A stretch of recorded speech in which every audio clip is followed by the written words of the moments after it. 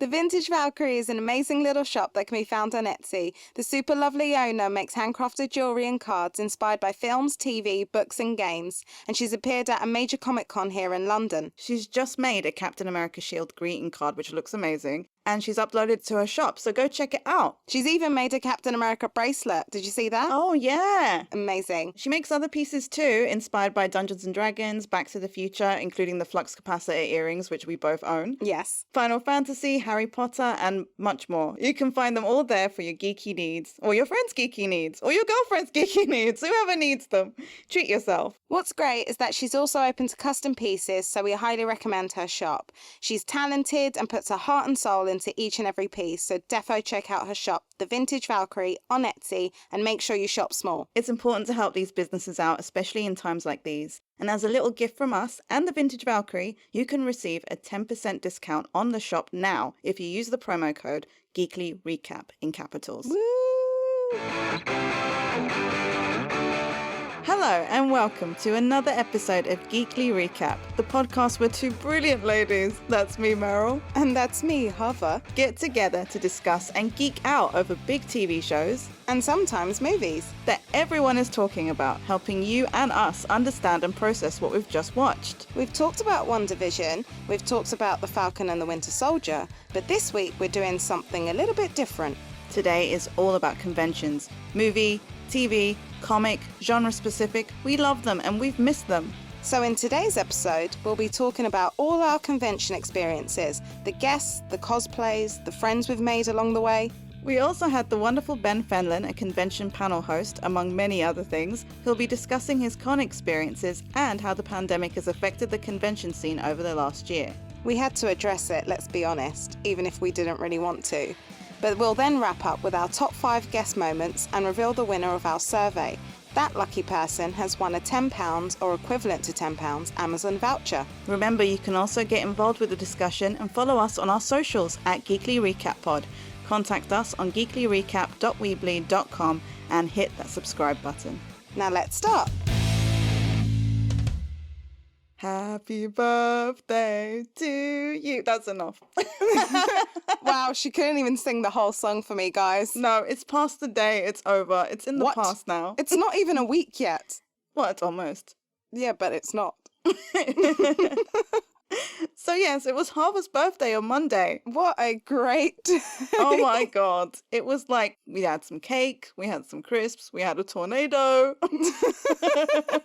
There was rain, there was a lot of wind. We had a good few hours where we were sat in the park. Not the weather for a dress, but it's my birthday, so I don't care. These are the days you're always going to remember.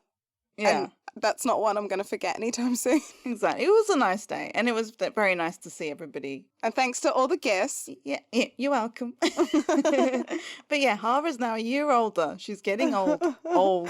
I'm so Old. close to 30 now, guys. It's Oh, like piss causing me off. panic. I mean, it says it all when I was gifted a pair of roller skates. One thing to do before you're 30. Yeah. Damn, I should have got you a space hopper. You should have done. Well, you can get that for me. I'm getting to a milestone too. It's all right. You're young. You're young. We decided we're going to do a convention episode, which is a special for us, let's say. Because of the pandemic as well. You know, we didn't get to go last year. And, you know, we don't think about how much going to a con every year does things for you. Like, I don't know, mentally, like, I've actually really missed it. And now with everything kind of opening back up, it kind of makes you want to get back into it, even though you might be a little bit nervous about it because you haven't been around a big group of people for a while. It just felt like a really nice time just to reminisce, because Harvard and I have had some really great memories from conventions. And like you, I've definitely missed it because the last few years especially, we went to a hell of a lot more than we used to. Yeah. We used to go to 1, maybe 2 a year. Yeah. Suddenly, for me, it became like 4 at one point. And you're like, wow, this is big for me. Exactly. And then to go to nothing, oh my God, I actually miss everything. I just want to go for a day. I even enjoyed just walking around like the marketplaces and looking at all the cosplayers. We did a survey. We did ask people to give us their con experiences. And then we're going to discuss our own con experiences, highlights, lowlights, all of that. And we also had the pleasure of interviewing Ben Fenlon, who we mentioned in the intro. So it'll be interesting to see his views. Yes, Ben Fenlon is a writer, blogger, podcaster, live streamer, and convention panel host. He's from Liverpool. You can find him co-hosting For the Love of Horror Live on Facebook with Neil Hibbert. It'll be good to compare all of our experiences. I think we should start. Yeah, we should start.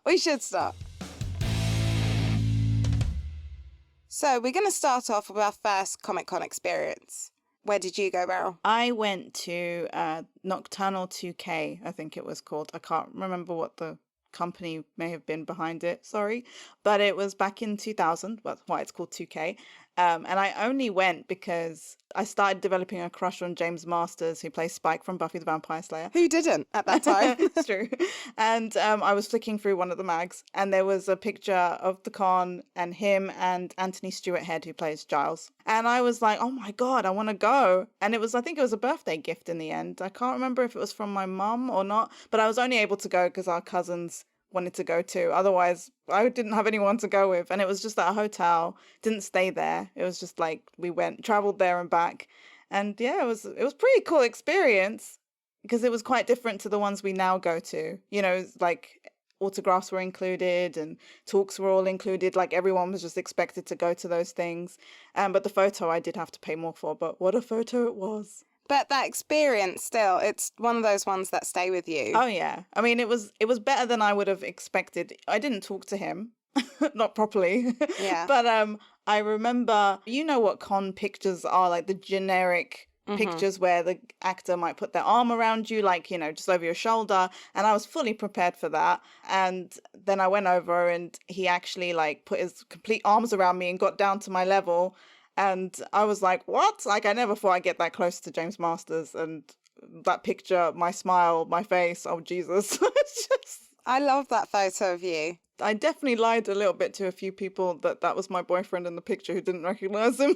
But they're idiots for not knowing. I soon revealed it because I made them watch Buffy. I was like, I think I'm going to have to mention it now. Can you imagine, like, how many years later? Was your boyfriend in Buffy the Vampire Slayer? Yes, he was. He was a difficult man. We had to break up.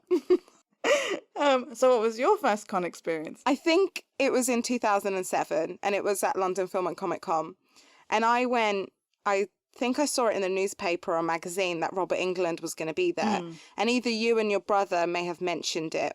And the two cousins we just mentioned, they were like, yeah, we'll go. And we went. It was at Earl's Court. Everyone remember that before it turned into a block of flats. I remember there used to be 2 halls. It was great. These were the times where you didn't have to pre-book anything. No, you just almost could right get in for free. They really weren't that fast. You just walked in. I remember seeing the Ghostbusters car. I remember seeing the A-Team van. Oh, yeah. And I was just like, I felt like there was hardly anyone there, but that's because now we go and it's filled with so many people. Yeah, it's definitely grown massively in the last 10 years. I don't think it's no longer a geeky thing. It's kind of like it's become popular, which I don't know whether I actually like it. I like it, but I think that's why the smaller cons are probably becoming more popular because people just want to go with people that are really into it, not just people that just are going to meet one person. Definitely. But I got to meet Robert Englund. I didn't have any photos taken. I was really nervous and you and your brother went up with me. Yeah. And I think your brother initiated the conversation. And I was like still a teenager. So I was like, "Doi?" I'm like, let's go. I think he said, didn't he do the voice? He went, who's your uncle now or something? Yeah. Yeah. And that was my highlight. And it was my first time. So I was just kind of taken back by everything that was there. But no, it's nice that our first experiences were pretty cool, even if they were a bit different. But yeah. We asked Ben Fenlon to tell us about his first convention experience as a customer. And here's what he had to say. The first convention I ever went to as a customer was actually quite late. It was Preston Comic Con in 2014. I'd seen conventions and stuff, and I was always a bit nervous about going. I thought maybe a little bit of imposter syndrome. Maybe I thought I wasn't geeky enough to go. But I've always read a lot of comic books, and going to that convention was primarily based on the fact that there was comic artists there and writers that I liked. So there was Andy Diggle, who has written things like The Losers and Green Arrow, John Wagner and Carlos Esquerra, the creators of Judge Dredd, and a couple of others. It was pretty impressive. And actually that was the first time I ever met Spencer Wilding, who is famous for Guardians of the Galaxy and being Darth Vader, and we're still pals to this day. You know what? I kind of get that. I think for the longest time, I just associated cons with being really geeky. My brother would go to like Babylon 5 and things like that. Yeah, for me, for ages, it wasn't really a thing that I ever thought I'd go to. Yes. I'm sure I used to call him a nerd. But it's interesting that, Ben's first con was 2014. But no, it's really interesting what brings different people to cons. For some, it's, actors and things like that. And others, it's cosplay or it's comics. So yeah, it's interesting to see what the draw is for different people. On to the next question. So, which cons have you gone to since? For me, I think the one I probably most frequent is London Film and Comic Con, just because it's here. It's local. Other ones I've been to MCM a few times. I'm thinking of the ones that I don't go to that often. Like there was one called the SFX event, which I don't even know if they ever did again. Maybe one more time they did. That was a magazine, wasn't it? Yeah, I think SFX is still a magazine, but they had an event in 2004? I think it was 2004, which was a nice time. I think before it became MCM, it was just called London Expo. I went to that one as well. I've been to Collectomania a few times. I went to For the Love of Horror once, which I would love to go again. Heroes and Villains Fan Fest I went to once before it went under. Yeah, I forgot about that one. That's a controversial con now, isn't it? That's all that's coming to me. That's pretty much all the ones that I've been to, as well as Wales Comic Con, to add on to that. But ones we'd want to go to, Meryl? I think we both have got the same answers here. I mean, basically... There's the dream one. Yeah, the dream one is San Diego Comic Con. And I think it's more for... I mean, I hate queuing, but I think for one time, if it was going to be like an epic panel, I would definitely be queuing outside Hall H or whatever it is. I'd get Gary to save me a space because he likes doing that. And he's got experience with getting tickets, because I genuinely think I'd have a breakdown in getting tickets. Oh, God, yeah, for sure. Because once you're there, you're like there for the entire day, I think. If you leave, that's it. You've lost your place, probably. Yeah.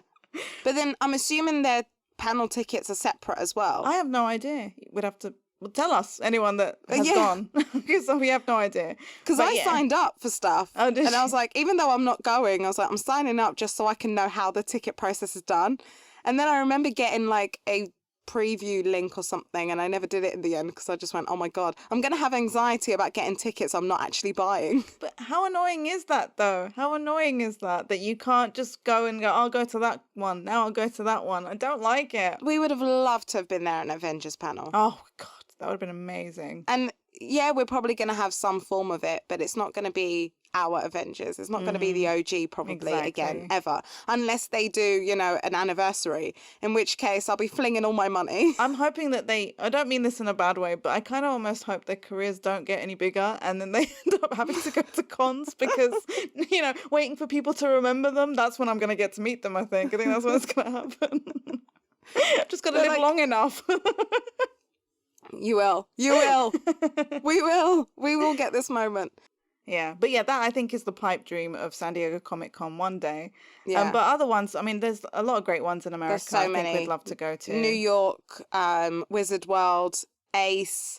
So those are the ones that we'd love to still do that we haven't I think we done just yet. need to plan our next US trip. So, Harvard, what are the top reasons you attend Comic Cons? As mentioned, I would say it is mostly for guests. I think initially when we first started, it was guests all the time. It's kind of changed as time's gone. I've definitely gone just to see some people now, but not for the weekend. I've not spent the full weekend for it. I've spent a day, or I think I've gone once or twice just to cosplay. But I would still say the main drive is guests. I'd be lying if it wasn't. Yeah, I think I'm the same. Like, yeah, I think I've gone for weekends where I've basically only met one person. But then I've gone for like just hanging out with my friends or and it's been so cosplaying nice. Or sometimes it's nicer when you're not rushing about trying to make sure you can meet somebody because then you don't really care how you look that much. Exactly. And you can eat without worrying. I mean, this might just be for the female listeners, but how many times have we gone for a couple of people and they've been in the afternoon and I've refused to eat anything, or there's a shake bar, so I'll have a shake because I don't want to get anything stuck in my teeth. Yeah, and then you have to keep checking yourself in the mirror. Has my hair grown? Has my lipstick smudged off? Because they're hot. It's really hot in there with so many people. Really hot, yeah. And you have to, if you're wearing something specific, you might have to make sure that it's adjusted so you don't take a photo and see that something's been showing off the side. Or And when you pay money for it, it's, as much as I hate talking money, but going to con isn't cheap. Yeah, you can't talk about cons without money being an issue, because it's not just Exactly. something any person can go and do. But from the survey, we did ask people, and the highest two were guests and cosplay, which is basically the reasons we do as well. Yeah. The one thing that I love, if it's just for cosplay or we've only met one person, is we get so much time to look at the stalls. Yeah. Because there are times where I've gone, oh, I've missed that stall. Someone else bought something. Let's face it, though, usually our stall is us looking for the custom cupcake company. Oh, yeah. Big up the custom cupcake company. Oh, my God. Every time we go to a con, as soon as we see someone's got something from there, we're like, wait, it's here? Yeah. And then the hunt begins. They need to make that stand out more. Sometimes I'm running around for ages looking for that thing. I mean, the only thing for me that stands out is, I'm sorry, I don't know his name, but it's the guy who runs it and his coloured hair. Yeah, I'm looking for the coloured hair. Well, we obviously can't talk about conventions without talking about the pandemic, because I think everybody has been affected by it.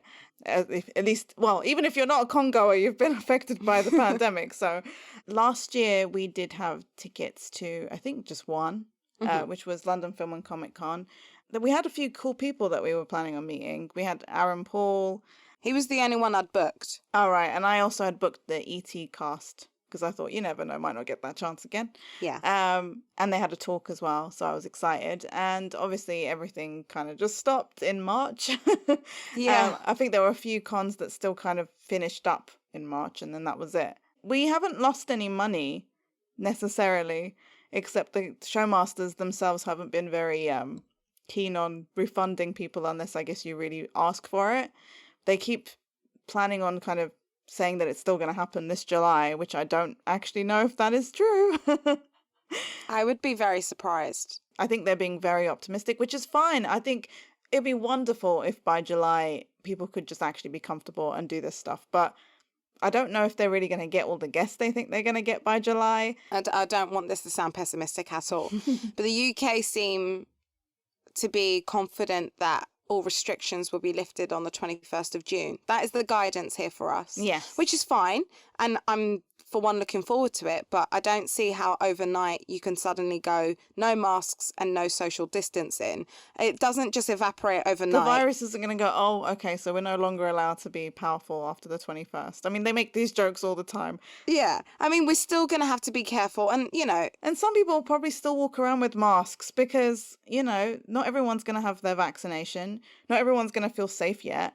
And that's fair enough. I mean, I don't even know how I'm going to feel after the 21st, to be honest. Exactly. I mean, I'm definitely going to do something, but I imagine everyone's going to be going to the pub that day. Oh, yeah. But I don't know if I'll be doing anything that day. that I think I'll day, wait for it yeah. to die down a little bit. I'm not going to be like running out. Well, actually, might have a Shawshank moment. It'll probably be raining, let's be honest. Just imagine myself running down my street naked. I won't do that. And I don't know why I couldn't just do that now, because that's not really a problem. I don't know if it's an insurer thing. So from what I heard of Brighton Pride was like, basically you kind of have to go at it at your own risk. Right. So if the event was to kind of collapse, then you're screwed over. And it might be that LFCC or Showmasters have got something else going on where they're protected. Yeah. In the survey, most people have seemed to have been okay, not hit too badly. Most people have said that it's just been rescheduled, so they seem to be okay. They haven't lost a lot of money. There have been some that have lost out, and that's the sad thing, because obviously not all these cons are local. Some people do pay a lot of money to fly over or whatever, book hotels, and some of that stuff they've just lost now. Some of them don't have the backing of funding, so if they fall over, literally, what can you do? Exactly. And I don't want to bash Showmasters here, so I don't want it to sound like that. But like you said, they've been very keen on things happening. They haven't said they're not refunding anyone. They just basically said, if you really want the refund, then contact us. Yeah. Which is fair, but I feel like there's been other places that have gone, we'll sort you out, like we'll refund the you. other places have seemed a lot more accommodating. I remember a post last year that they said we're financially okay, which made me think, well, why aren't you refunding everyone? Like, why don't you just come out with a post and say, well, you're not going ahead. So the convention has been postponed, but we're happy to refund, like the guest ones, for example. Yeah. You can say Aaron Paul is coming next year, and he can say he's coming next year, but his filming schedule's going to be all over the place. Exactly. So you won't know for sure that he's coming, and you're going to make me wait a year or a year and a half for a possible refund from him. I know. It's like if we want to meet them, we'll still book it when we can. Yeah. But I think it's just because obviously we haven't had any refunds from them yet. It's coming, and we don't even know if the people that we want to meet will be there. So it's a little bit like, am I really going to have to really chase this up now? Or are they actually going to plan on giving me a voucher or anything if those people don't turn up? I don't know. Yeah, I don't know. It's the not knowing, I think. But deep down, you've got that fear where you're like, if they go bust, then there's absolutely no chance of us getting our money back. But I don't think they will. I don't think they will. They've been doing a lot of like private signings and stuff like that, so they've definitely been getting some money. But yeah, based on the survey, most people seem to be hopeful for cons to make a comeback this year, but there are people that are concerned. The highest results came with people that were concerned with the safety measures and distancing.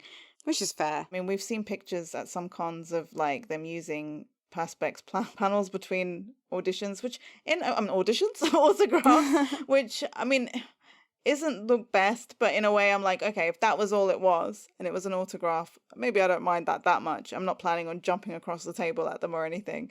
But the photo shoots with masks, I don't know why I would. I feel like if I was going to have a photo like that, you should, at least for the time the photo's being taken, everyone should just take off the mask.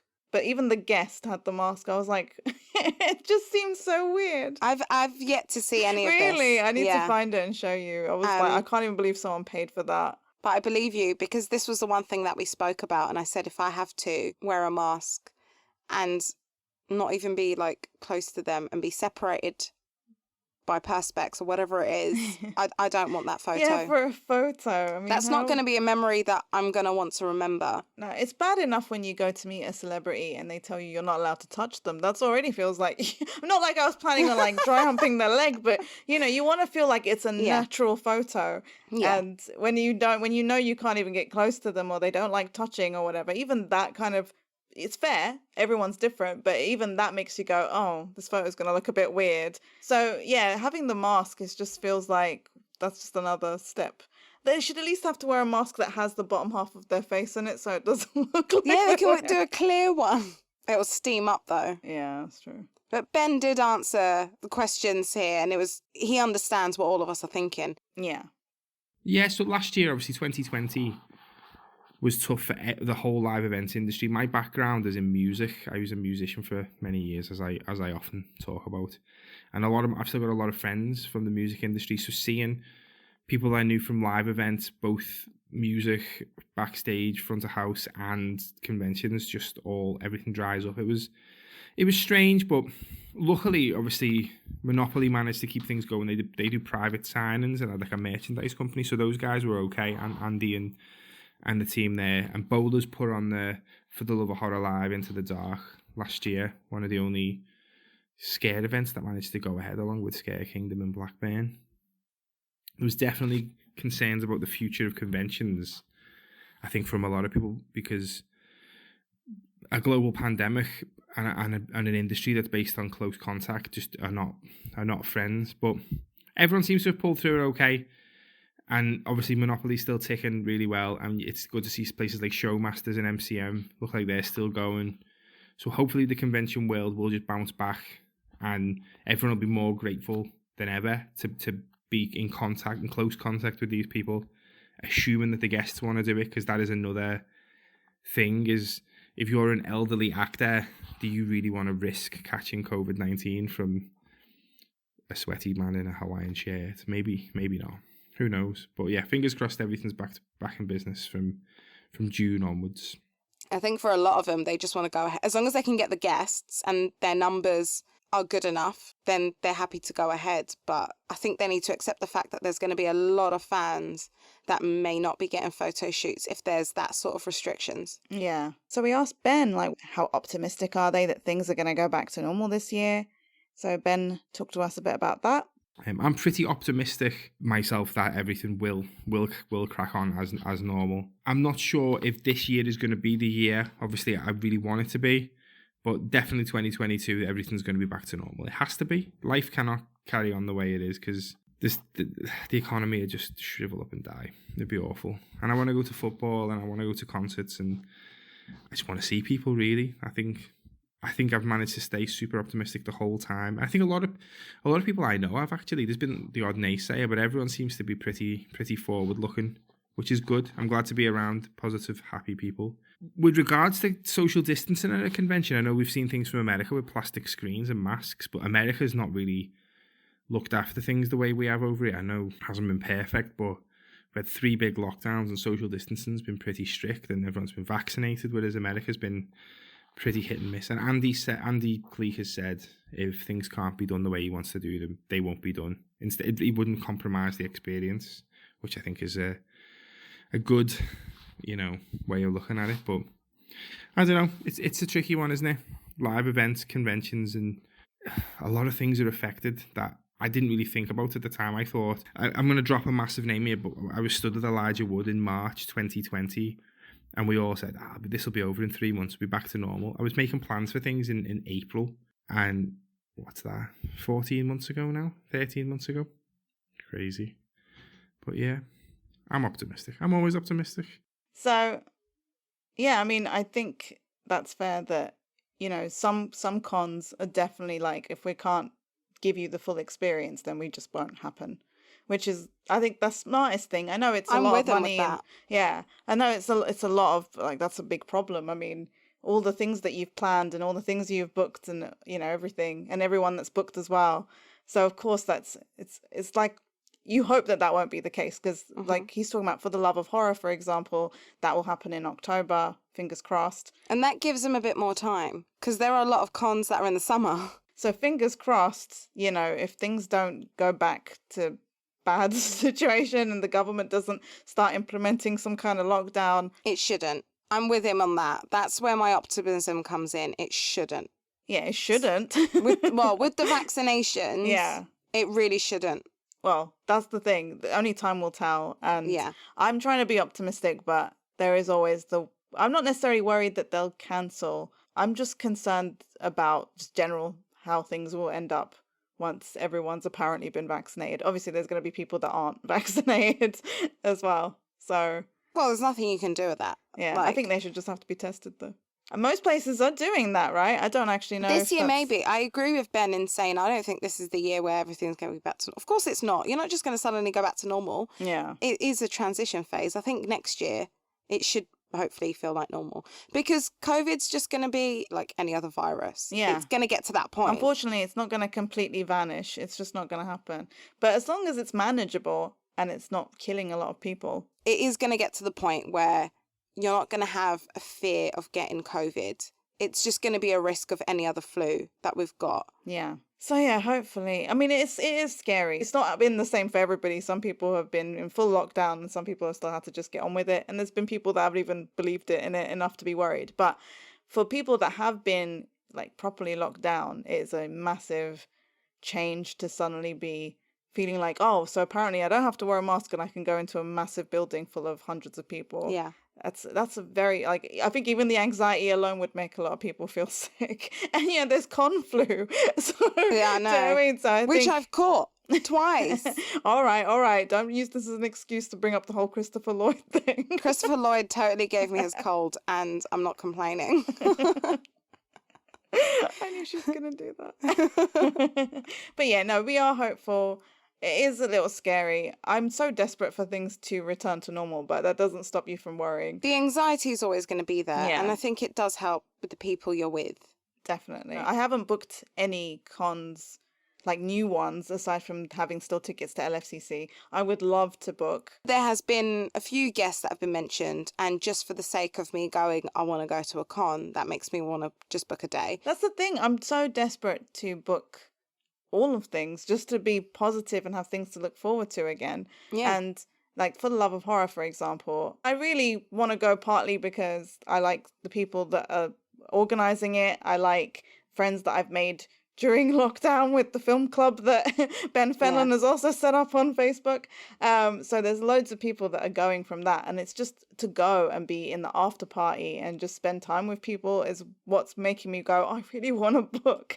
Yeah. But I'm holding off, even though I feel like they might sell out this year, to be honest. But yeah, I'm like this, I'm itching. I'm just like, don't book it, don't. But I Yeah. kind of want to, just so I have that. And I go, oh, I'm looking forward to For- something again. For me, I hate to be one of those people, but the thing that I'm itching to do is book Yeah. a flight somewhere and get out. Oh yeah, I want to do that too, but there's no like the green list is very small. Yeah, so far the green list is small.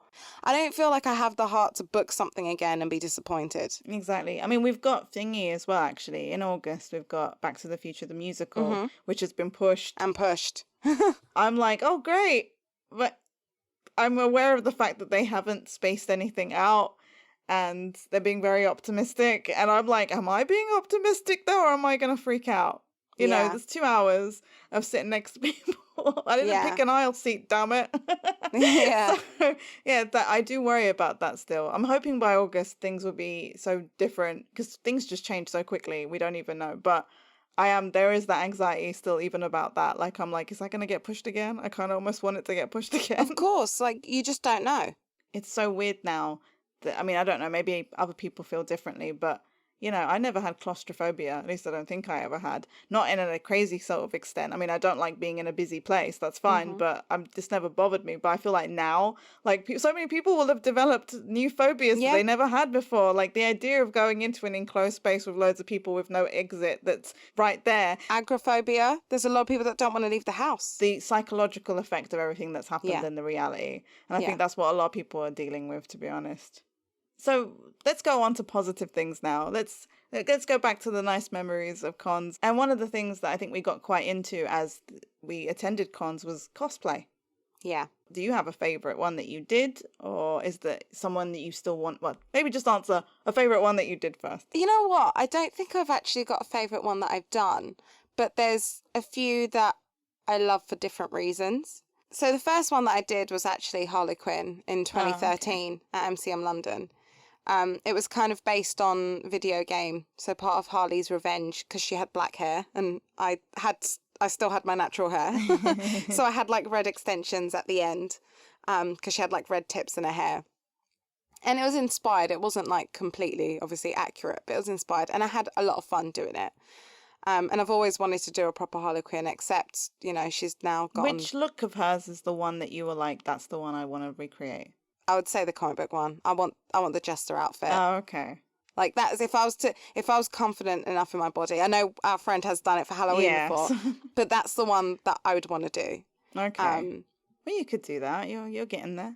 I'm getting there slowly. But you don't have a favourite? This is where it depends on whether it's the reaction from someone or the reaction that I got for doing Flacker. Oh yeah. I mean, is it a favourite cosplay when you're just wearing scrubs? There's not much to it. But when you got the reaction from Jackie Cruz... Yeah, who plays Flacker in Orange is the New Black. Yeah. That was, that puts the cosplay on a whole new level for me. But I think, that was probably the lowest effort, as far as, obviously, a cosplay idea. Wait, do you not realise how hard that eyeliner was to do? No, but as far as, other things that you had to do, as far as things that you had to buy as well, it's so simple. Even though you may not see it, you do resemble her. You do. Facially, definitely. And once you put the wig and you put the eyeliner on, I mean... You might as well have been her little sister in those pictures. I know. I think it's the only time people have actually stopped me and said, you look like the character more than she looks like herself as the character. She looks so different out of character. Yeah. So people were stopping me and went, oh, wait, but why would she be in cosplay and eating food? And shrunk. She's shrunk as well. She's quite tall. I'm like half her size. I'm tiny in height. And as for... the other cosplay that I would probably rate up there would be the Punisher one, but that's because you made that yourself. So it took me so long to make it out of foam. And look, it's not perfect, but it was spray painted. So it was molded out of foam. And then I got my friend to do the stencil of the Punisher logo on it. And yeah, my cousins helped me, and I remember just hanging it up in the garden to dry. No, it was a good look. Oh, thank you. And that, obviously, the reaction with Ben Barnes as well was lovely. Yeah. I'll bring them up again. And I've done a few others, but I would probably say those two. I was trying to think while I was asking you. I was like, hold on, what have I even done? I mean, I have done a few, but nothing sticks out that much. My first one, it wasn't a full-on one. I think that was my first. I don't remember doing another one. When I first went to Nocturnal 2K, that was my most half-assed attempt at looking a bit like Faith. That wasn't even really an outfit. Like, Yeah. I wouldn't call that a cosplay. I just made sure my hair was a little bit wavy and I had like a snakeskin t-shirt. That was the closest I got. But I think my first proper one, maybe, was sort of dressing up a bit Marty McFly-esque for London Film and Comic Con in 2015. That's in my notes as well. Yeah, because we both were dressed the same. It kind of just happened, wasn't it? We were walking around looking for clothes. I don't even know what we were looking for specifically. And we found a shirt that looked exactly like his in H&M. Yes. And we both gave each other the eyes like, oh my God, we've got to make this a cosplay. Yes. Easy It cosplay. wasn't planned at all, but it was great. happened. Yeah, I loved that. Yeah, that's definitely one of my favourites. Yeah. We didn't have the jacket, the thingy jacket. I always want to call it a life preserver too. I know The that's not what it's gilet. called. The gilet. We didn't need it. We weren't at sea. I think that was my first. But as far as favourite, I don't. One of my favourites is you doing Jasmine. I forgot. Oh my God. But yes, our whole friend group, we all kind of did like a sort of 50s take on the Disney costumes. And I would have originally picked Belle because she was my princess of choice. But I think at the time someone else had thought they would do her. So I picked the next one that was Middle Eastern. I guess I could do Jasmine then. And it was a really easy costume, surprisingly. Thanks, And the wig was Amazon. amazing. Yeah, that one was from eBay. God, that was a heavy wig. Yeah, if but you guys for an know eBay Jasmine. purchase, Yeah, well done. you guys know Jasmine. She's got a massive ponytail, that like plait thing that goes on. Oh my God, I had to hang it over my shoulder, otherwise the wig was just pulling me back. It doesn't look good now, though. I have not taken care of that wig. Oh. You know, the other cosplay I guess we should bring up, because we both did it together, was the Captain America and Winter Soldier, because it was really quite nice. I thought Again, it a came out 50s theme. Yeah. God, what's going on? Don't We know do what love that- our retro We really looks, do. though. And it came out really nicely. Like, I was It did. surprised. But, like, we were a bit nervous about it. We'd planned it, but we didn't actually buy anything that far in advance. And you ended up doing, like, the iron patch on, like, stars, which looked amazing. Yeah. Luckily, I found a dress that was kind of obviously very 50s, like probably the most basic of the 50s kind of dresses that you could find. But it looked a bit like the Winter Soldier sort of pattern, you know, how he had the white lines on the side of the star. Yeah. So I was like, okay, I'll just do that. It was pretty simple, but I think we You looked said the Winter part. Soldier, you meant Captain America. I meant the film Winter Soldier. Yeah. I'm sure that's when I meant it. I know what suit you're talking about. Yeah, for me, I'd seen a dress that I liked, and then I had obviously the silver glove, and I did a glitter red tattoo. No, it worked. I thought we made it work, and I'm sure people. Considering knew I was we blonde, were. I didn't wig it. I should have wigged it, but I just went, no, screw it. I just used an American flag bandana around my head. That worked. My hair was awful, so I needed to be hidden away. It looked amazing. But yeah, I was a blonde Winter Soldier, and you had pretty much very dark hair in Captain America. Yes, But I we did. worked it. We worked it. But this leads into us meeting people at conventions, I would say, because when I mentioned Jasmine, and that year we met two really lovely people who have mentioned before, and we were working behind a stall, so I feel like all of this conversation bleeds into one on highlights of cons. It's true. I think we were on the London Film and Comic Con had like a forum. He was dressing up as the old-fashioned Captain America, right? Sort Yes. of. And he had the old shield from the 1940s and stuff. And I think we were just like, oh, we got to keep an eye out for you. And that was kind of how it happened, right? I think they Yeah, passed I think our we were stall, advertising the stall that we were helping Yeah. at. And yeah, I think that's how we saw them. I think they came Yeah. to the store first, or we Yeah. just, And yeah, they were lovely. And we're still friends with them to this day. And that was 2016. Yeah. But yeah, like they've been really nice, and we usually make it a point of attending on a day at LFCC where we can actually hang out with them. And Yeah. we've done that, I think, Or if we pretty can't, much we'll every year. try and fit in dinner or lunch or something. Yeah. I think the last time we went, we spent quite a good chunk of time with them. That was really nice. So we also asked Ben what his biggest highlight has been. Here's what he had to say. Biggest highlight at working conventions. I've got a couple that I'm really proud of. One is the first ever reunion of the cast of It, and also the Lost Boys stuff with For the Love of Horror was just a game changer. Obviously, Tony Earnshaw did the on-stage stuff, but being part of that weekend and being part of the build-up to it, I don't think anything's ever going to top that. But I am certainly up for trying. Oh, and probably interviewing Fred Decker, who is maybe not a household name, and not someone a lot of people would love, but he's one of my favourite filmmakers, and he's a lovely guy. So getting to interview him on a massive stage in front of hundreds of people was a tick off the old bucket list that I'm very proud of. There's been great highlights at cons, for sure. Very few lowlights, I think, for the most part. I've been incredibly lucky, and I've not had a difficult guest, I don't think, ever. No one's actively been rude. Whereas I've read, you want to say horror stories. They're not horror stories, but there's been a lot of people that have met their heroes, let's say, and they've been really disappointed. And I haven't been. But my issue has been with organisation, sometimes with photographers.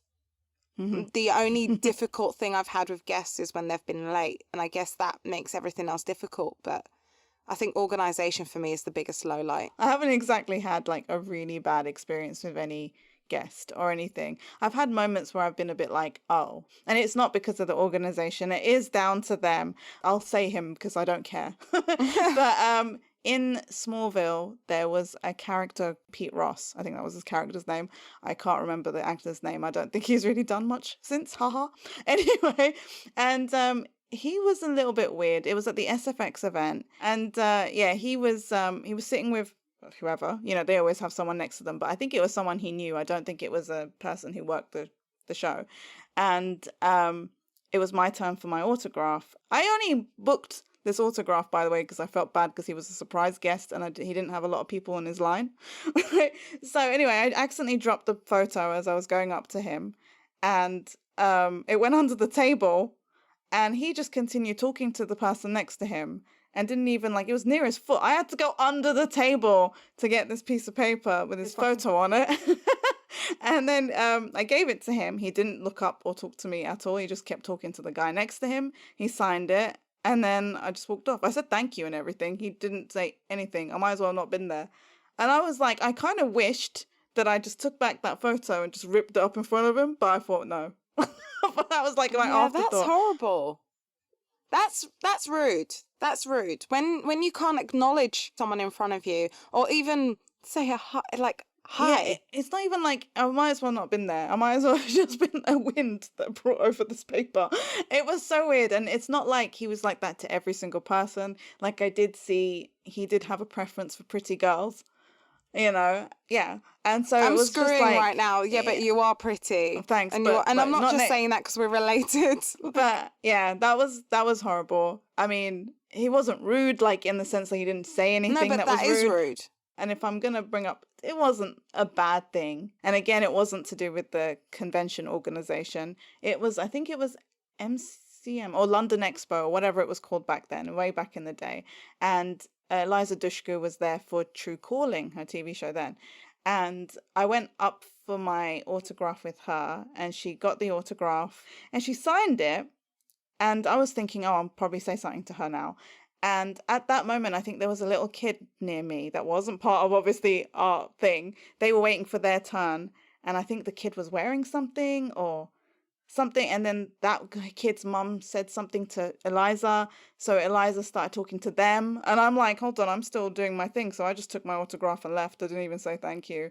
Because it was like she just moved on and started talking to the next people in line. I'm like, you're still with me. They're not with me. Yeah, again, that's rude.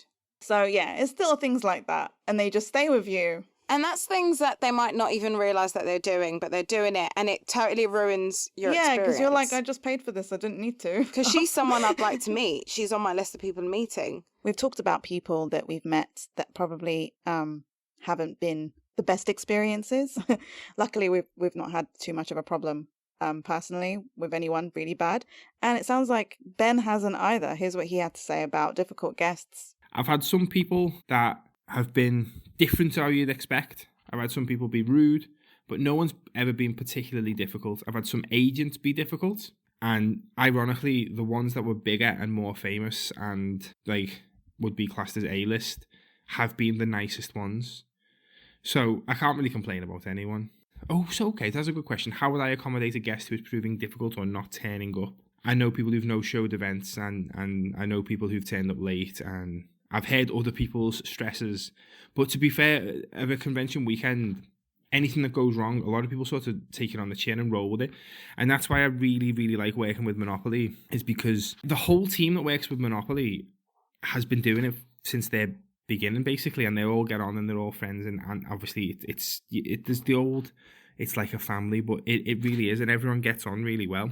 So those guys, if anything goes wrong, they all tend to just take it on the chin and like, right, how do we make this work? And that positive attitude, I think, is the reason why those conventions are so fun, so much fun compared to maybe some other things. Con organization, we could go right into it. I mean, there's a lot that could be said and done here. Out of the ones that I've been to, the most improved one has been LFCC. MCM for me, it's even the placement from photo shoots to where they're signing. I don't even have balls, but it is a ball ache. And, you know, I've only ever been, I think, twice as far as it being MCM, I think. The photo organization was ridiculous. One of the ones were delayed. Fair enough, that can happen, but it's not our fault. And it was horrendous how, like, I've been to other cons and photographers, obviously they're the ones taking the photo, but they just do their job and they're nice and they do it. And if they need to do it again, they'll do it, whatever. But at that one, both times, the photographer seemed to think he was the king of the castle, shouting completely all over the entire interaction with the guest. So we met Enver Jacquet and Sebastian Stan. And both times, for me anyway, the guy talked over the entire experience, was like shouting over everything. So I didn't even really get to have an interaction. Seemed to not be that bothered that if I was ready or the actor was ready. You just started counting down from the get-go. And literally as soon as you stepped foot. Yes, like I remember I was asking Sebastian Stan, can I have a hug? Because you went first. Yeah, and I could hear the guy like 5, 4, whatever he was saying. And Sebastian had to even just cut me off and go, yeah, sure, because he must know that they're going to take the photo whether I'm ready or not. And if you look at the photo, I mean, he didn't even get to finish putting his arm around me in the photo. Yeah. So that was weird. And then once I was done with the Enver one specifically, I remember, like, Enver is talking to me. Yeah, he was very chatty. Yeah, and I was just listening to him, like, I'm not going to walk off while he's talking. And the photographer, was shouting at me to get out. I had to give him a dirty look. I was like, it's not me talking. Like, it was just horrendous. You pay all that money, and fair enough, obviously I don't expect to be able to stand there and talk about the weather for 10 minutes, but you have no right to be completely talking over someone's entire experience. Yeah. Both experiences, I would say, was exactly the same as yours. My Sebastian experience wasn't as bad, but it was rushed as hell. My Envo photo, I absolutely hate it. And the whole experience, I hate it. The framing is bad too. Yeah. Considering how much you rushed us, the fact that the photographer either wasn't ready themselves, is terrible at their job, or actually just didn't give a crap. I was like, the framing's off. There's so much feet and floor in the photo that doesn't need to be there. There's some that end up just zooming in your face. Why can't you just get a decent mid to head shot? That's what you want. Exactly. Sometimes we just have nothing to say in that moment except hi and thank you, and that's perfectly fine. Although I think we've gotten better. Yeah, but that's why it was such a problem, Harbour. It's like, if it was like our first experience, I'd go, fair enough, we don't know how it works. But we've done conventions where it's been fine. They're always rushed. Never once have I gone to a photo shoot and gone, oh, I just felt like I could stand there for 10 minutes. Do you know what I mean? You always know that you're on borrowed time. You have to get going. There's a line of other people waiting for you. You waste any time, they're going to tell you to go, and that's fair. But to feel like the moment you step in, you're giving someone an issue, like, I felt like I shouldn't have even been there. Like, I felt like I had to apologize for wanting a photo. Yeah. And that's not how it should be. We've paid the money. No. Like, come on. Those tickets are not cheap. No. Especially to meet someone of Sebastian Stan's caliber, let's say, because at the moment he's very current. Exactly. And it was just, I get that they have to rush it. They booked a lot of tickets, and that was limited as well. So it was limited, but you oversold the limited tickets, They screwing still everyone oversold. over. Yeah, they were not cheap. And every actor's different too, and some are just really chatty and outgoing, and others are a little bit more awkward. But that's even more important then, because you've spent all that money and you're just also nervous, and to not be able to even get even a real moment, you're like, why did I I remember telling you, like, I didn't regret it, but I did think I couldn't afford this ticket and I may as well not have gotten it. That's how I felt at the time. Which I felt even more gutted for you. My experience was obviously rushed, I'm not going to deny that, but I felt like I got more out of it because I actually do remember saying hi to him. How are you? To him. Hi. And he just answered. Stared at me. I felt like I had something on my face. Either that or he was in love. I don't know, but he just was not reacting. I do remember him once, and I remember the cameraman counting, and I made it. Maybe I was more distracted by the cameraman the moment. But even at the autograph, he didn't even look up until he was giving it back. It's the autograph that I think was kind of the nail in the coffin for you as well. Yes. One of the reasons that I give Sebastian the benefit of the doubt anyway is he acknowledged this in the talk. And I think after the experience we or other people may have had, not that it makes it better, but the fact that he knew. Yeah. He could have just totally just not even acknowledged it. And he apologized and he said, I'm sorry. Yeah. So despite all the highs and lows of this Comic-Con, we did also decide to have a look at people we may have missed out on Comic-Con. Whether this was one that we attended and we just didn't really know at the time, or something may have happened and they cancelled, they're no longer with us. What did you have down, Meryl? Mine, I didn't have a lot because I'm hopeful that the people that I didn't know about will be back at some point. People that I may not have been fans of before. Yeah. Because I didn't really look into it too much. But if there was ever a lost reunion in the UK and I missed it, shame on me. I just smacked my hand. But people that I've definitely missed out on, I think there's only really one that I was quite down on, was Margot Kidder. So a few years ago, I think she was going to be at a con, and I thought I'd been doing a thing where I was trying to meet everyone from anything Superman related if I could. And I was like, oh my God, she's like for me, the original Lois. I know she's not the original, but she cancelled on the day. I think I kept looking around for her photo area or her autograph area just so I could see her. And I realized, where is she? She's not here. And I think she'd cancelled, either it was from ill health or someone had passed away for her, something. Anyway, she didn't turn up, and I was like, damn it. So I got a refund for that. I think I bought Will Wheaton tickets instead. So thanks. But then the year after, I think she was announced again, and unfortunately she passed away. So I never got the opportunity. So that was quite sad because, that's never going to come back. So I've lost it. For me, I noted down a few names. Stan Lee was there in 2014. This was a year that I think it was LFCC's last year of selling tickets at the door, because we were in line for, I'd like to say, 5 hours, and we were still nowhere near. Yeah, you were still like halfway in the queue. Oh my and this God, was the last time it was at Earl's Court as well. Yeah. So after this, everything changed. It all went online. Yeah, so that, obviously he died a few years ago, so that's not going to happen again. Exactly. Carrie Fisher had appeared at LFCC at least twice, and I don't even think I knew that. And that's sad for me. Can't remember. Yeah, that's sad for me because I didn't know that. Corey Haim was at a Collectomania or something that I either attended or I didn't bother attending. I can't remember. And obviously he died like a couple of years after that. And I mean, it's not like he was a big deal, but I try and make it a mission of meeting every person I've ever had a crush on, and I missed out on that one. But that's the I try and make it a thing for, if it's nostalgia, everyone that I grew up with that had some. But crush is like a big motivator. So Yeah, I'm like, if at some point I was like, he's so cute, then I'm like, I have to meet them. And I missed out. And I did put a special asterisk next to this name. It wasn't at a con. And we do stage door for people that we do like when we go to the theatre. And Oh, God, you're going to mention, one yes. person we didn't Mm-hmm. is Matthew Perry. Yes. And I don't know what we were stage thinking. door. What were we thinking? I'm hoping he just didn't do stage doors.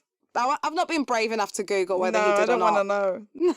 So Meryl and I did a list of top 5 guest encounters. Bearing in mind this was incredibly hard to do. Yeah, and we kept it to cons and not other things because we have met guests at other things too. Yeah. Well, I've got a list of other people that people have said their top 5s. Travis Willingham and Laura Bailey. I agree. Absolute gem of a man. Liam O'Brien, Yuri Lowenthal and Tara Platt. Sam Riegel, Brandon Routh. Bill Paxton. Zachary Levi. Yes, he's great. I've met him too. Lenny James. Matthew Lillard, who's also awesome. He is. Stanley, Cassandra Peterson, Jason Momoa, Charisma Carpenter, Gillian Anderson, Robert Englund, Ray Park, CJ Graham, David Warner, Heather Langenkamp, which I want to meet too, The Lost Boys, Corey Feldman, John Jarrett, Tobin Bell, Dennis O'Hare, Peter Capaldi, Veronica Taylor, Danny John Jules, Brian Blessed, David Harbour, Natalie Dormer, Terry Farrell, Jeremy Renner, yeah, we met him too, another one for Zachary Levi, Chase Masterson, Leah Thompson, yes, she's pretty awesome, Michael Rooker, yes, he's great, Yes.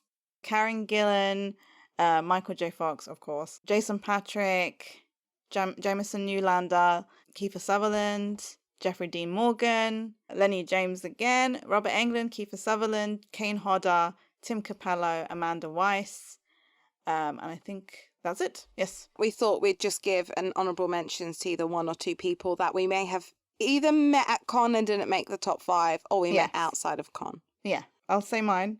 The first one on my honourable mentions list is Corey Taylor. I have met him a few times and they've always been very brief, except one time at work, but I won't go into it. But obviously I didn't meet him at a con, but I couldn't not mention him just because every single time I met him was a joy for me. And I think I had a delayed crying reaction after I first met him. And on my train journey home, I cried on the train because I was like, he was just so great. I don't know. It was just so weird. I never had that kind of reaction to meeting a famous person before. And I'm kind of glad I didn't cry in front of him. Another person, Helen Slater. I mean, she was my Supergirl when I was growing up. And it's more for the moment when I met her for the autograph. And while I was waiting, I was almost in tears before I even went up to her because I was thinking about how this is a huge deal for like the little kid in me that's like, this is Supergirl. And I had to get it together because I don't think she would have been very comfortable with me crying. She was a little bit awkward. She was an awkward I knew this was going to be actress. massive from the fact that you just went, I don't want you next to me. Yeah, I just wanted to be on my own because I was like, I don't know what I'm going to do. And the last thing I need is someone watching me while I shake or whatever's going to happen. But yeah, no, she was lovely to me. I only talked to her briefly, but she was nice. Other names, Ricky Dean Logan, who was someone I never thought would be someone I'd care about meeting. And I apologize if he's listening or someone who likes him is listening. But for us, he wasn't a big deal as far as Back to the Future went. And he was at the con for Back to the Future reunion. Yeah. And we actually got to spend a bit of time with him, Harva and I both. And he was so lovely. And I almost felt bad that I didn't care before. And he was always saying hello if he saw us walking around. He the whole remembered us. weekend. Yeah. We saw him on the first day. But I guess before you go into your honorables, we can both say the Hayley thing. Oh, I yeah, think yeah. it's We the can same. just mention. Yeah, Hayley we've Atwell. met her a whole bunch of times. We met her at cons and without. But I think the big one for us The first was... time actually was at the Back to the Future reunion, funnily enough. So we only had like 2 seconds with her then, and that's fine. But we actually got the best moment with her. Wasn't at a con. It was, we went to see her in a play. It was Dry Powder. I think that's what it was called. Yes. And it was a really nice theatre, very casual Hampstead, kind of place. wasn't it? Yeah, very posh. But and we were in the bar and she turned up in the bar and she was happy to meet people and sign and all that.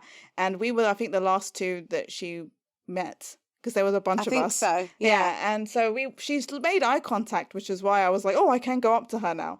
And we went up and I kept expecting like us to have to just walk away after saying hello and, you know, getting her to sign. But we actually got to have like at least, I don't know, A 5 minutes. conversation, Yeah, basically. about Agent Carter, about what she's doing next, about all kinds, like strong women, all kinds of theatre, stuff. film, everything. And she was lovely. It was like we were her friends. I kept waiting for someone to tell us to leave. And the only reason we left her was because she had friends that she was there to be with. And that's fair. You know. It was incredibly lovely to have that conversation with her. And every time we've had other honourable mentions that I'd probably say, if we go in singers' roots, then I'm going to say Frank Turner. He did a brief interview online, and I got to get tickets for that. And I had a brief chat with him then. And then he played an acoustic set like an hour later, and I went, well, see you then. And then I got to meet him there and have a nice hug. And then I said to him, like, I'm going to go see you in Boston for your Lost Evenings. And he was like, no way, who are you going with? I went, I'm going with my own. And he goes, this is like the best place to meet people. He goes, you're never alone at my gigs. And it was really lovely. One of the nicest experiences, because I guess I didn't feel like I was rushed. And I would also say probably 2 of them were childhood football heroes of mine. Okay. And I got to meet Robbie Fowler and Michael Owen. If Ben Fenlon is listening to this, I love the fact that you're from Liverpool, but I believe you support Everton, so boo. I met God. that was it. He was really lovely, and the same with Michael Owen. So for that, they just miss out on my top 5, but just for the experience. I think now we've gotten to our top 5. This is going to be hard. Guys, this is not this isn't laminated. This isn't concrete at all. It could change tomorrow. But I've tried to keep mine at the ones I have the nicest memories of, like the ones that have left me smiling when I think back of them. And I really had to narrow it down because there's a lot, and you're probably going to listen to who I've mentioned and go, really? Those are the people? But those are the ones that stuck out, okay, guys? Doesn't mean that all the others were rubbish. It just means that those ones are the ones that I think back on and go, that was wonderful. I think mine will change as well because I struggled. Coming in at number 5, it's Dean Cain. I am glad you put him in it. Okay. Forget about anything you know about him politically, which I'm trying to. When I was a teen, that was when Lois and Clark, or if you're in England, it was called The New Adventures of Superman, came out, and I absolutely loved it. So, you know, I was meeting all my Supermans and I was like, okay, I've got to meet him. I don't know anything about him, but got to have a photo. I was so surprised by how nice he was. The queue was moving really slowly. And at first I was like, what is going on? And then I realized it's because he didn't give a crap that, you know, they're meant to like be breezing through it. He was shaking every person's hand. He was introducing himself and asking for your name. And he was happy to take different photos. He was so into it. He was like loving it. It was almost like he was auditioning for being president himself. Like he was just so in it. I wanted to do like a flying pose or whatever with him. Because you'd done it once before. Yeah, I did it with Brandon Routh, who didn't make it to the top 5. Or has he? Oh. Ooh. Yeah, But- he could have been my honourable mention. Oh well. Too late. And I was so nervous and I said hi and he shook my hand and he was like, hi, I'm Dean. I'm like, I know who you are. And I introduced myself and then I showed him the picture and I said something like this, but maybe better. And I gave my phone to the volunteer and he was like, we could do better than Brandon. And then we took a lovely photo together. And then afterwards, because he had his hand on my shoulder, he squeezed it and kind of like, you know, smiled at me like, oh, you know, like he was fond of me or something, not in a pervy way, but in a nice, like I felt like I was a kid actually. That's how I felt with him. And he was just lovely and he was so sweet. And, you know, I never planned on getting an autograph with him. But after I met him then, I was like, I've got to get him to sign this picture. And the picture came out great. And yeah, so I went and met with him to sign. And we almost didn't get it, if you remember, Harbour, because we had to leave. We had to leave. We were in Birmingham, so it was like we had to catch our train, and I think it was almost the con was going to close. Yeah, he was just talking to everyone. He just took so long. late. Damn him! Damn him for being so friendly. But yeah, and then he signed my autograph saying I would fly with you anytime or something like that. It was great. Am I remembering correctly that your number wasn't even going to get chosen? No, and the it volunteer wasn't. let you go in. Yeah, because we she knew you had to go to London. We begged her. Credit to her. I don't know who she was, but credit to her. Say whatever you will about him in real life, I don't know, but like he was fantastic with his fans, and that he made that experience so great. Like I didn't know how excited I was to meet him until I met him, and that left me with such a happy smile on my face. I remember how happy you were, which is why I'm glad. And I said to you, I don't think look, at the end of the day, people's political views are their political views, Yeah. but I can't judge you based on your political views. He ended up giving you an experience that is going to live with you forever, and he was incredibly lovely. He was really lovely. So if you're a fan of his, definitely I recommend you meet him, because he really seems to want to give every fan like their moment, and that's so great because not everyone is like that. So coming in at number 5, I've mentioned him in the previous podcast and I've mentioned him now, so he's not going to be a surprise. But the experience alone, I think I'm going to have to say Ben Barnes. I think it was just the experience of speaking to him before the photo shoot, because his photo shoot was towards the end of the day. So I went, if I'm going to get an autograph with him, this is the only time that I can kind of fit it in. And yeah, just seeing his reaction to my cosplay and just genuinely having a chat with me, like asking me who my favourite villains were and what I liked. Like, he really wanted to know about me. And I don't have that experience with a lot of people. it wasn't small talky kind of, where they're just saying it and they're not really there. He was proper there. I mean, if anything, I would have said he was flirting with you. Well, I wish. I wish. Maybe that's what it was like with every woman, but I'll take it. He was very like I was dressed as a man. Yeah, but you didn't look like a man. Well, I did make foam boobs. It's part of my armour. He gave me eye contact. Yeah, I can't fault that experience. And he said, we can do a photo where we're fighting in our photo shoot. And I was like, actually, I just want you to look at me like you're menacing, only because he's like really hot when he does that look. But I don't like my photo with him. I do have a selfie with him at his desk, which is lovely. But I don't actually like my photo with him. And that's just because I almost burst out laughing like a split second before they took it. So my photo, I kind of look a little bit smug while I'm holding a gun to his face. It's fine. He could be smug. But his face, I mean, bravo for the acting. Coming in at number 4, it's going to be another person that didn't give a crap that they had to speed it up. It's Kevin Smith. Woo! It was definitely before the heart attack stuff happened. Yeah. Him. Kevin Smith was delightful. Like, the line took ages. I wanted to pose with him, but I wasn't sure if I could get one. And he was just saying hi to everybody. I think he kept being told by security to speed up, and he kept apologizing and then not speeding up. He was talking to you, hugging, just being so lovely, making the funniest faces, even though the people going up to him were quite shy. He was loving every second of it, and you could feel it. And so I didn't feel that shy about asking him for a pose. And I just wanted, if you've seen Kevin Smith films, in Mallrats specifically, he does the Jedi mind trick, or attempts to, and it works. So I only had one thing on me, and that was lipstick. I remember you saying, what do I use? Yeah, so I had lipstick, and so I went up to him and I asked, I think I hugged him first. I think he hugs everybody. He was a hugger. Yeah. And so I said, could you do the Jedi mind trick with this? He just took the lipstick out of my hand and started doing it. So I did it too for the photo. Like, we're both attempting to do it. And then afterwards, and this was probably my favorite part because it made me laugh so much. So I'm taking the lipstick and I'm saying bye, as you normally do. You just walk off. And at that same moment, again, he's a hugger. He came in for a hug again. I was not expecting it. And I was in the way I was posed was that if he kept going at the speed he was going to hug me, his hand was going to go firmly onto my tit. And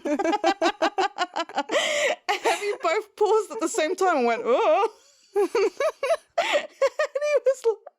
And he was like, that could have gone wrong. And I just started laughing, so we hugged, and I left laughing my head off. It was just so funny. I remember seeing you, because I was right after you, and you had tears in your eyes just laughing. But even if he'd grabbed it, I wouldn't have cared. Oh, that was so fun. It was just the way we both went, oh, at the same time. He was just so lovely, though. And we just left me laughing, and I'd definitely meet him again. Like, I would want to hang out with him, to be honest. He could just talk to me all day long, and I would listen. But yeah, he was fantastic to me. And it was just it was so silly, but I loved how friendly he was. It was like I wasn't a stranger. And I actually didn't even feel like he was a stranger. Like, I just felt like I'd met It was a easy. friend. Yeah, he was just lovely. And he didn't make it higher than that just because there's other people that probably meant a little bit more. But that was fantastic. It was probably one of my favorite, like, just interactions as far as just the silliness of it. And I'm so glad it happened. Thank you, Kevin. I'm glad it happened. My number 4 is Jim Cummings, who voices Winnie the Pooh. Is the only person to make me cry in front of them, and it was so unexpected. But I made a honey pot. Well, I say made one. I bought a plant pot and painted it as a honey pot. You know, the honey, the writing, because obviously the writing is weird in Winnie the Pooh land. Didn't think about cosplaying because I wasn't cosplaying. But then I decided to wear a yellow t-shirt and black jeans and just pretended I was the honeybee, I guess, like the queen bee. So I went into the photo shoot and I was just like, he was so excited to see the honey pot and made a massive like reaction over it. And we had a brief conversation, actually, surprisingly, at MCM. This was obviously allowed, but this was a Friday. Maybe that helped. And yeah, we had a conversation and he was like saying, this is so incredible, blah, blah, blah. Absolutely loved it. And then we took the photo, and as I was about to walk away, he gave me a hug. No group bab. What? I was going to say no boob grab, and I went, no group bab. No group bab. I cannot even remember what he said to me. Okay, I can't. He started talking to me as Pooh Bear, and I genuinely don't remember what he said, because the only thing I remember is I burst into tears, like not like a kid, but the tears just rolled down. Oh, that's cute. And it was kind of like, wait, where did this come from? Because I wasn't expecting it. And then he hugged me afterwards, and then I walked out and I went with my cousin. And he was like, are you okay? And I was like, I don't know. Like, I genuinely don't know what happened and where it came out from. Oh. And the next day, I went back. This person makes it in number 3. So I won't say what I went back as. But in this cosplay, I went and my friend had gone to get his autograph. And I just said, I don't know if you remember me, but I met you yesterday. And before I could even finish what I was going to say, he went, yeah, I remember you, and I got you good. And he was like telling my friends that he made me cry, like in a good way. And I did actually get him to read a quote out. As well as an autograph, he read a quote out as Winnie the Pooh, which was my favourite quote, in the Pooh voice. And we filmed it, yeah, so I have it. And the thing was, he kept forgetting what it was. And I know the line, and I kept forgetting what it was. And we were trying to tell each other what the line is. And in the end, we got there, and we're like, it's fine. For me, it was meeting your childhood best friend. No, it's true. It's true. At number 3, it was meeting the Lost Boys. At For the Love of Horror in 2019, the whole cast pretty much, aside from Corey Feldman, unfortunately, and Jamie Gertz, and obviously anyone that's no longer with us, they were all there pretty much. And even Kiefer Sutherland, who turned up for like 3 hours. What a sport. I mean, honestly, he had such a busy schedule and he still turned up for 3 hours and he took photos with everybody and he signed, and it was fantastic. But I only had a photo with all of them. I didn't go and meet Kiefer separately. I went for this photo. Now, it's a big cast picture. They even had the singers from it and everything. And, you know, normally at a convention, and this is like also a big up to Monopoly events because of how well this was organized, I didn't think I was going to feel at any comfort meeting them. I thought I would be so rushed. I thought I would walk in, take a photo, like they might as well not be there, and then leave. But it was lovely. The way they organized it was that you actually had a whole section for a photo shoot. It wasn't, you know, when you go to the other ones and you're basically just out of the camera view. Yeah. It wasn't like that. You're so far away from where they are. And when you get to go in, that whole time where you walk up to them, that's yours. You can go up, and while you're walking up, say anything if you want. I never for once felt like anyone was telling me to hurry up and go. I got to look at each of them separately and say hello, and they were all looking at me smiling. It was so surreal to have the entire cast looking at me, including Kifu sitting on his little wheelchair thing and just smiling. And I'm sure he said hello. I can't even remember what happened now because my brain just went, oh my God. And then I went and because Kifu was at the front, I kind of kneeled a little bit so I was closer to him, and I think he put his hand on my back and posed for the photo. I got to thank each of them and look at all of them at the same time. You're trying to make sure you include everybody, but it was not rushed at all, which I think was one of the reasons it's such a highlight, because that could have gone many other ways. And it was so lovely. They all seemed happy to be there. They were all excited to see each other too, because you knew they just basically reunited Yeah. with Kiefer as well. And it was just such a lovely moment. They were all sweet, all smiling. Just, I can't even believe that happened. Like, I remember the moment and it makes me smile because I'm like, I'm smiling. I've got like the biggest grin while you're I telling made the story. eye contact with all of them. Like, I've watched this film since I was, I don't know, 7 or something. And I used to watch it all the time over and over again like an idiot. I wanted to be a vampire. I think I missed the point of that film. They were cool. The only thing it was missing was the 2 quarries. And Yeah. if they were there, I Yeah. mean, I probably would have passed out or something. I would have wanted to stand next to them just because I was like the biggest fan of them at that time. Yeah. But yeah, it was fantastic. It just misses out on the top 2, but it was great. I was so happy for you and Kerry. Oh, I was so happy for Kerry because for her it's a very different thing. And Yeah. she cried that Tim Capello was on stage singing "I Still Believe." It was amazing. And I didn't cry at it, but like I said, for her it's a different kind of memory. It jogs other things for her. She was older. It was fantastic. My number 3, the next day of MCM that year, I dressed up as Flacker, as we mentioned in the cosplay highlights. And I got to meet Jackie Cruz, who was there, who plays Flacker. We went as a group. There was a few of us that went as a group from... You mean the Lich Bitches? The Lich as they are Bitches. known on Instagram. Yes. It was Jackie Cruz and it was Taryn Manning that were attending from Orange is the New Black. And I had a photo of Jackie first. I'd not met her before. I'd not spoken to her before, but she had liked something and reposted onto her stories of me cosplaying her like the year before that we had done here, where you did Maritza. Mm-hmm. So yeah, went into the photo shoot and she basically screamed and got way too excited and fangirled, and then immediately like stopped the photographer and was like, no, we're gonna chat. Like, here's my phone. She gave it, I think it was to her agent. And she was like, I want you to do this. I want you to boomerang. I want you to get good photos. And we were like discussing it and like giving the middle fingers, boomerangs, and having photos on her phone. Before I forgot that I actually had to do my photo shoot. I was ready to go because I'd taken so many photos on her phone. But we were like, oh yeah, there's the photo. So we did that. And she was so lovely. Absolutely like gone mental. And I said to her, by the way, there's a good few of us outside and we're going to come in to do a photo with you and Taryn. She was like, what? No way. I was like, yeah.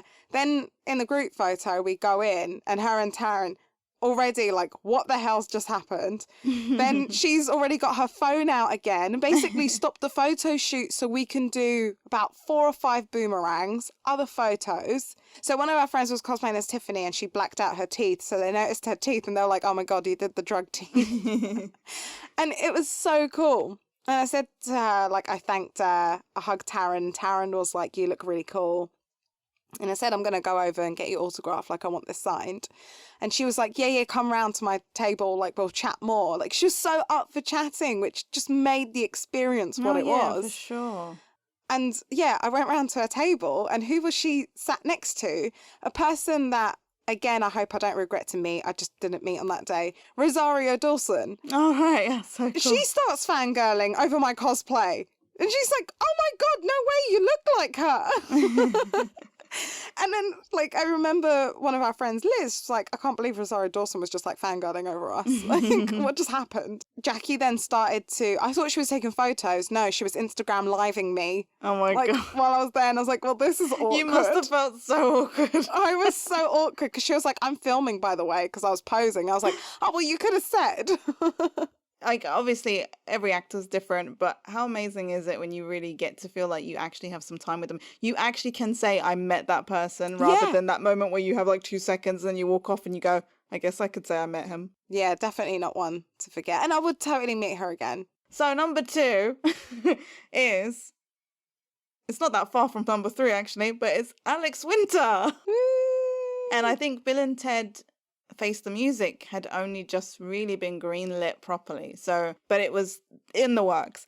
And I went to LFCC. This was again when you didn't really have to pay a lot. It wasn't that busy. He probably had quite a bigger queue than I expected. And I think I had to get a virtual ticket to come back. So he was still quite busy considering. Now, when I was a kid, I loved the Bill and Ted films so much. They mean a lot to me. because they got me through like horrible times where I was using it as an escape as well. And as I watched it, I remember I developed a bit of a crush on Bill, so he was like the one. And so I was so nervous because you don't know who you're going to meet. I mean, he's not going to be Bill, so I didn't know what I was going to get. I didn't know if he was a nice person. I didn't know what anything. And I remember he was standing up the whole time. He hadn't sat down. Then it came time to me, and I had to pick a photo before I think I went to actually meet him. And I picked a Bill and Ted one.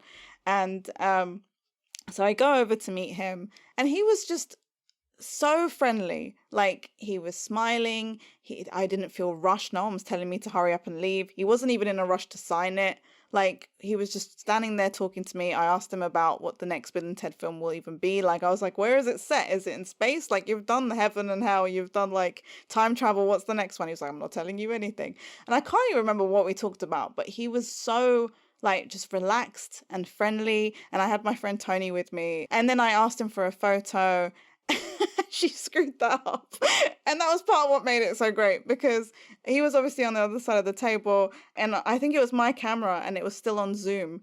And so she keeps going backwards and she's like, I can't fit you guys in it. And I'm like, why?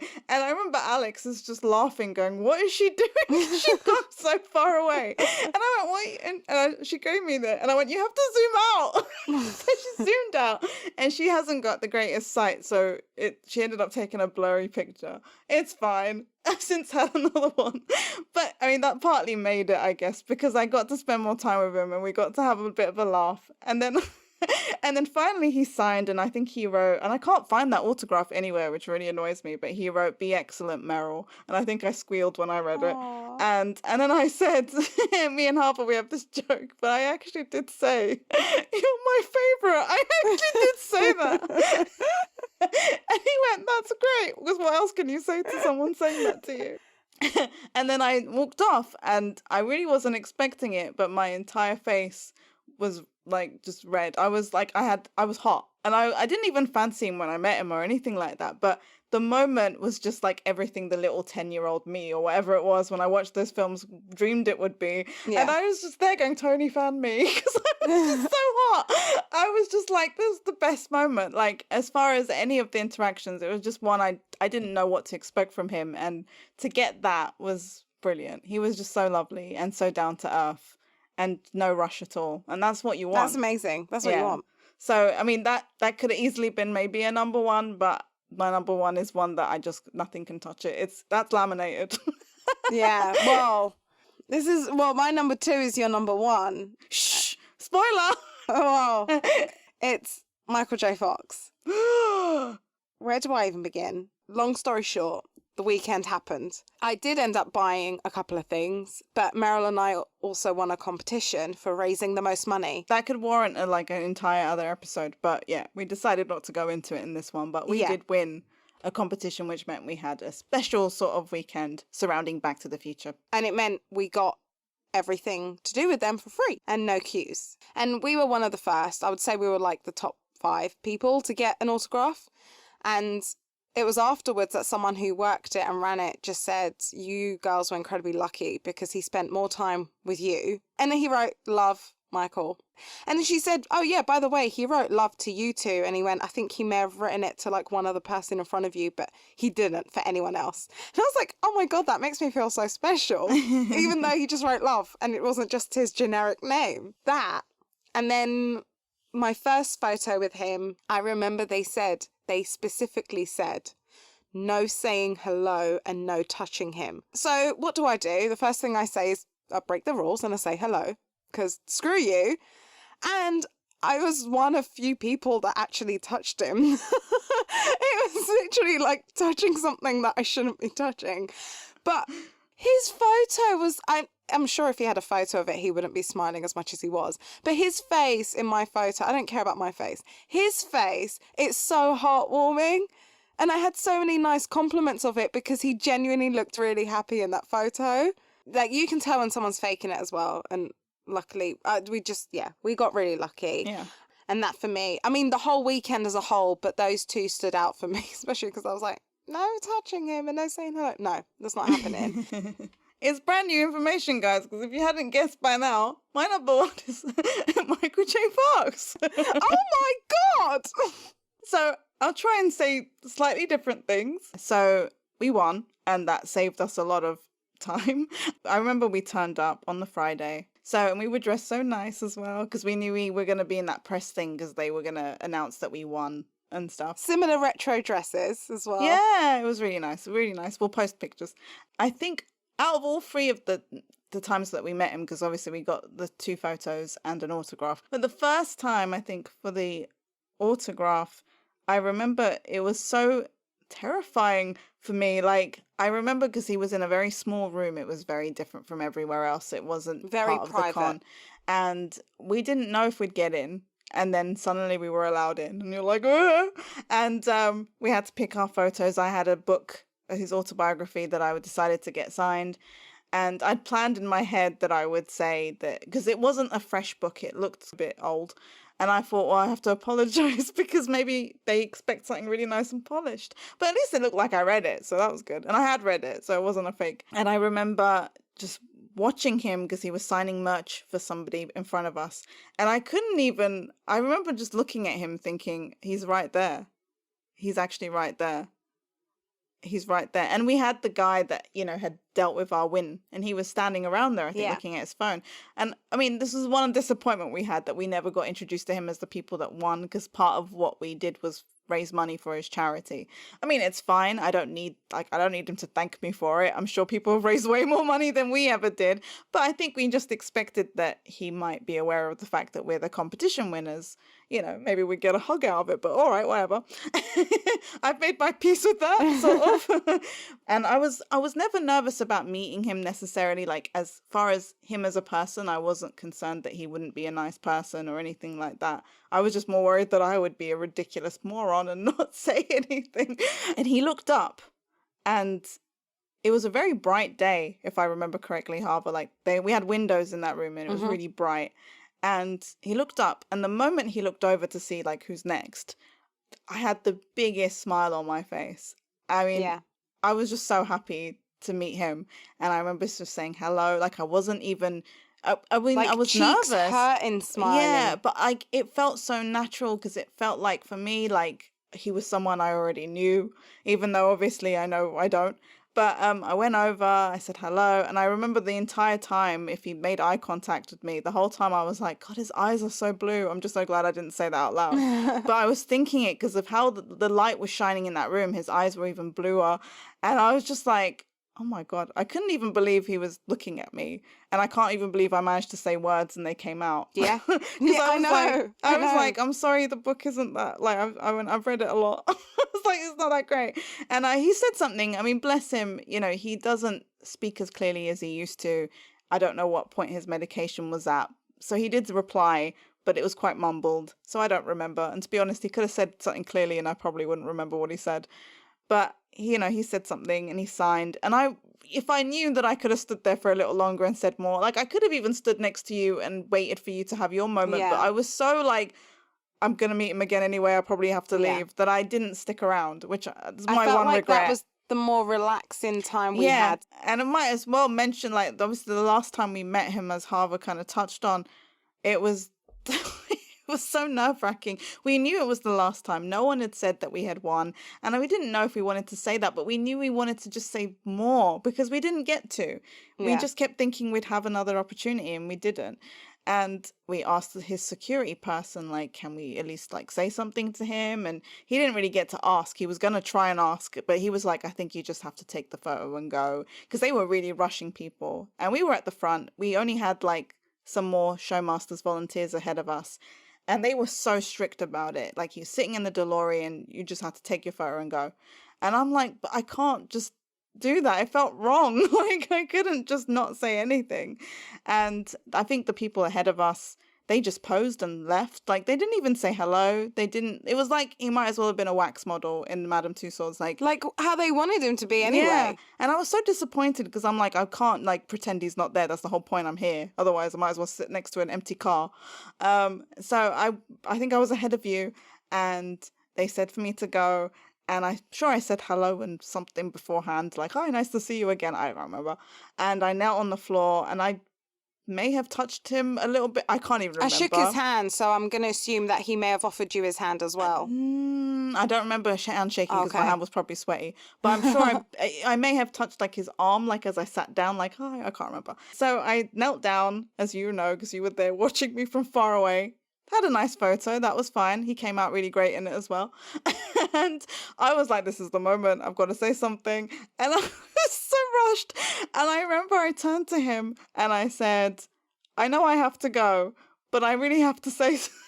And I remember hearing, like, I think the photographer was telling me to go. I was there. They pushed me in.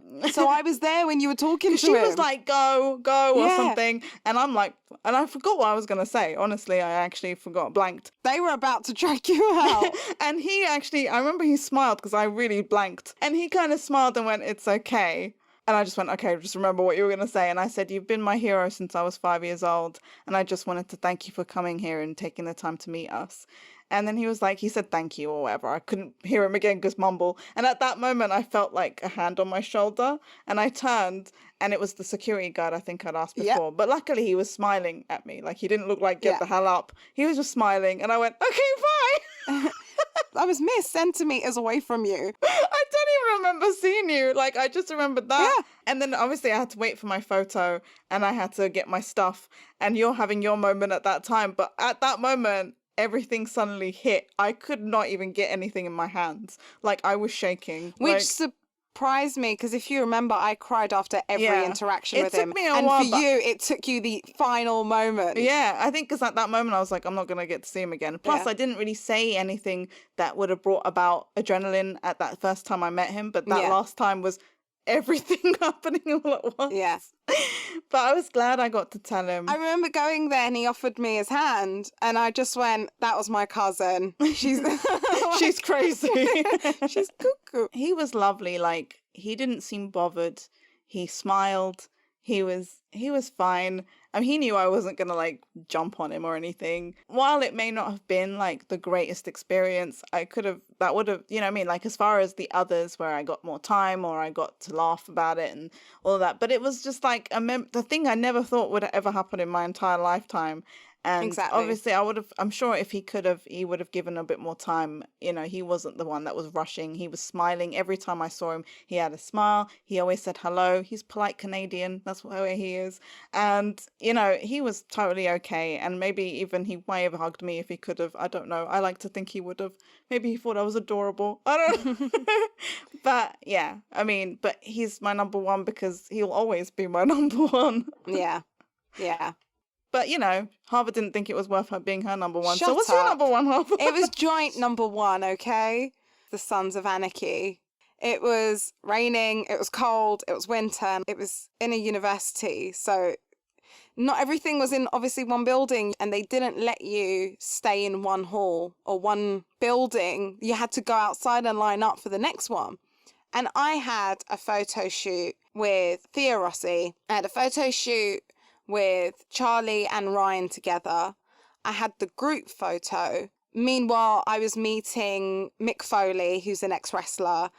I was meeting a couple of people from Buffy, and it was all happening in this building, and they were making sure that people were leaving and going out and lining up. And I was like, I can't look horrible for these photos. It was one of those things where I'm like, no, I can't. And I made friends with one of the security. I'd been there for a while anyway. And he just went, as long as you sit over there and just don't give eye contact to anyone. He was just like, it's fine. Just sit there. Try not to look at anything. He helped make my day. I had the group photo. I was one of the last people to get the group photo. And I was panicking because I was like, oh, I really don't want a nice photo. The idea was I wanted to find, and you and Kerry kept asking me beforehand, going, well, what are you going to do? And I was like, because when it's a group one, you just don't want it to look like a school photo or something. Exactly. Do you know what I mean? Yeah.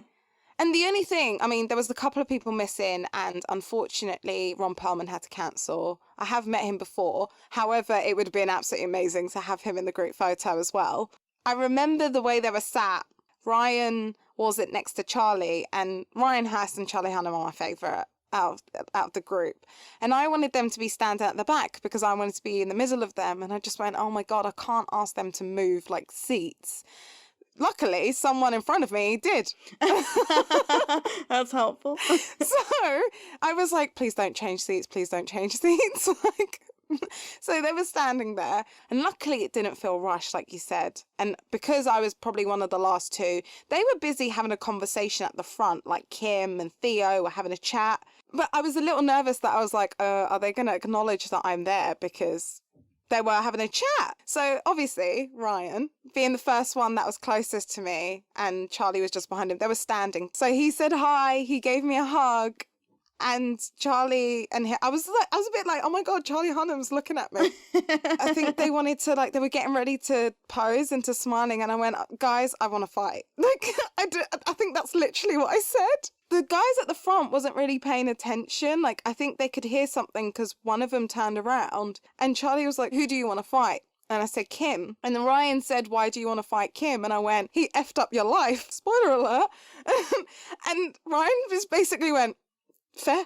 So I went to, like, I grabbed Kim's shoulder and he was in the middle of a conversation. So he's like, what is going on? And Ryan's like, she wants to kick your ass, man. So then Ryan's asking me if he can pull my hair. He was like, is it okay if I pull your hair? And I was like, yeah, go for it. Do what you want. And then Charlie was like, no, I'm not ready. And then Charlie, instead of pulling on my arm, put his arms around my neck, like to try and strangle me. And I was like, this is even better. This is better than I imagined. Choke me. Literally. And like, we took the photo and it was one of the best experiences I think I've ever had. Ryan was laughing, Charlie was laughing, I was beaming. Kim then looked over to me and he was like, we're taking this outside. And I was like, I'd like to see you try. Theo was just like beaming. And Tommy was just like, I think Tommy was just a bit like, what the hell just happened? So I walked away and there was obviously a couple of people after me. The walk to the table was quite fast for me to grab my stuff. Yeah. And I think they'd already taken their photo, so I was still in the room. And they turned round to me, like, while I was holding my things to go back out. And Kim's like, no, I mean it. We're taking this outside. It's such a great photo. And it I love really it. is. Like, I'd just run from one room to the next, but a volunteer took me in through, like, a back door to their duo. And there's like a whole line of people going in and swarming out. And you're like, oh my God. And I've just been brought in like I'm a special, like, backstage pass. Like, yeah. And they turn around because they were ready to obviously see the next person in line. And then they saw me and I was wearing heels. I was wearing my heeled, like, biker boots that had a chain that made a clank when you walked. And it's basically, they turn around and see me and I've just got this beaming smile on my face, having like an hour ago just had a group photo. And they laughed and immediately, like, their arms were out wide so I can give them a hug. Aww. And I was just like running over like a little girl in my heels with clanking like chains. And I got given like the biggest hug from them. And then I said, oh, I want you both to like pretend you're kissing me. And Ryan's like a giant, you know, he's a giant. He like squatted down and he like pursed his lips. Yeah. And then he was still there like after the photo was taken. So Charlie was up and I turned around and he's like really close to me. But like I turned around to him and I was like, I can kiss you if you want, if I won't get arrested. And he like opened one eye, like, so he was winking. And then he had the biggest smile and just gave me a massive bear hug. Oh, and that made my day. And I just turned around and I couldn't stop thanking them. I was like, thank you both so much. Oh, that's great. Okay, I allow you to have that as your number one because even if it was like a collection of events, if that makes sense. I mean, that is a pretty, like, it's going to be hard to beat that one. So yeah. I don't blame you for putting that as number one. I forgive you. Michael forgives you. But it was, yeah. And like afterwards, someone on Instagram found me. I remember, didn't he? Ryan Hurst, I think, right? Yeah, so someone reposted and he liked the reposted he liked the photo. Repost. You're like, not my one though. So not mine. It doesn't matter. You were in it and it's your photo. Exactly. And then I posted it a year later as an anniversary thing and Theo liked it. So I was like, yes. But someone had found me on Instagram, or someone that I'd met at a convention, and I'd mentioned this photo and they said Ryan has mentioned this photo to them of the group photo. So I was like, oh my God, he does remember it. And I've yet to meet him He since might even then. have that on his phone. You don't even know, like... I don't know.